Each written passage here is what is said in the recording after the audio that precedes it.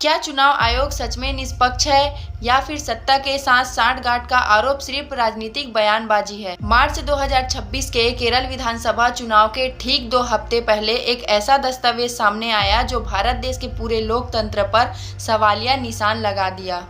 एक सरकारी लेटर जिस पर लगा बीजेपी का सील। क्या ये सिर्फ क्लेरिकल एरर था या फिर सिस्टम में लगा बहुत गहरा गड़बड़ है? सुप्रीम कोर्ट ने 2018 में आदेश दिया था कि हर उम्मीदवारों को अपना आपराधिक रिकॉर्ड सार्वजनिक करना होगा। चुनाव आयोग ने 19 मार्च 2019 को सभी राज्यों को गाइडलाइन जारी की, लेकिन 2026 के केरल के मुख्य निर्वाचन अधिकारी के ऑफिस ने वही पुराना लेटर राजनीतिक पार्टियों को फिर से भेज दिया। फर्क सिर्फ एक था, उस पर बीजेपी केरल यूनिट का सील लगा हुआ था, ईसीआई का नहीं। सीपीआईएम ने इसे ट्विटर पर शेयर किया, उसके बाद तूफान आ गया। सीपीआईएम का बयान, सीलें इतनी आसानी से बदल दी जा रही है। क्या बीजेपी और चुनाव आयोग एक ही डेस्क पर काम कर रहे हैं? कांग्रेस ने कहा, क्या आप बीजेपी के ऑफिस में काम कर रहे हैं? उनके सील आपके पास कैसे पहुंचा? सीपीआई के राज्यसभा सांसद पी संतोष कुमार ने चुनाव आयुक्त के ज्ञानेश कुमार को चिट्ठी लिखी। उन्होंने इसे संस्थागत तटस्थता का गंभीर उल्लंघन बताया। चुनाव आयोग का जवाब आया। Kerala CEO Ratan you Kelkar ने कहा, बीजेपी केरल यूनिट ने 2019 गाइडलाइन पर क्लैरिफिकेशन मांगा था। उन्होंने अपनी फोटोकॉपी जमा की जिसमें सील लगा हुआ था।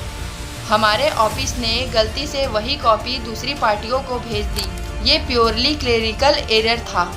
हमने तुरंत दस्तावेज वापस ले लिया और 21 मार्च को तुरंत नया लेटर जारी किया। लेकिन ईसीआई ने एक और नया कदम उठाया, असिस्टेंट सेक्शन ऑफिसर को सस्पेंड कर दिया। फिर भी सवाल खड़े हो गए, अगर ये सिर्फ गलती थी तो 7 साल पुराना लेटर 2026 के चुनाव के ठीक पहले क्यों भेजा गया? सुप्रीम कोर्ट और ईसीआई के 2022-24 के गाइडलाइनों को क्यों नजरअंदाज किया गया? क्या सच में ये एक क्लेरिकल एरर था या सिस्टम में कुछ और चल रहा है? चुनाव आयोग भारत की लोकतंत्र का रीढ़ है। एक क्लेरिकल एरर या फिर संस्थागत विश्वास का टूटना? पी संतोष कुमार का सवाल आज हर मतदाता का सवाल बन गया। क्या हमारा चुनाव आयोग अभी भी निष्पक्ष है? सुप्रीम कोर्ट ने उम्मीदवारों के आपराधिक रिकॉर्ड को छुपाने में रोक लगाई।